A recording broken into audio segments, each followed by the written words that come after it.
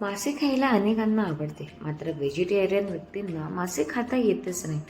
तसेच काहींना श्रावण महिन्यात थांबावं लागतंच आणि अशा वेळी खूप मासे खावे वाटतात. त्यामध्ये आपण कुटुंबासह आणि मित्रांसोबत बाहेर फिरायला गेलो की मासे खायचा मोह हा आवरतच नाही. अशा वेळी व्हेज फिश फ्राय ही पाककृती कशी बनवली जाते हे पाहूया स्मिता कापडणे यांच्याकडून. नमस्कार सखींनो, मी तुम्हाला आज व्हेज फिश फ्राय शिकवणार आहे. त्यासाठी लागणारं साहित्य चला तर मग आपण बघूया. बटाटा, कांदा, आमचूर पावडर, चाट मसाला, लाल तिखट, हळद, मीठ, बेसन पीठ, ओवा, तीळ, जिरं. चला तर मग आपण कृतीकडे वळूया. आपण एका ताटामध्ये पालक चिरून घेतलेली आहे. त्यामध्ये आपण बटाट्याची भाजी, चिरलेला कांदा,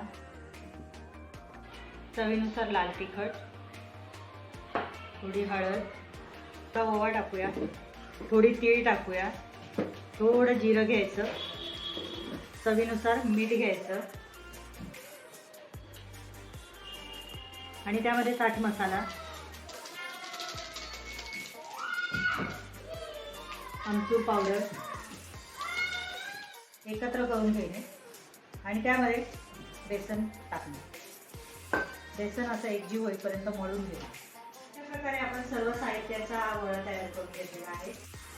या गोळ्याला आपण सुरमईसारखा आकार देऊन तव्यावर तळून घेऊया. हे बघा, अशा प्रकारे आपण गोळा घेऊन त्याचा असा लांबसर मच्छीसारखा आकार तयार करून घेणे आणि मध्ये अशी चीर पाडणे, जशी सुरमईला असते ना तशी. ती तळल्यावर छान दिसणार एकदम.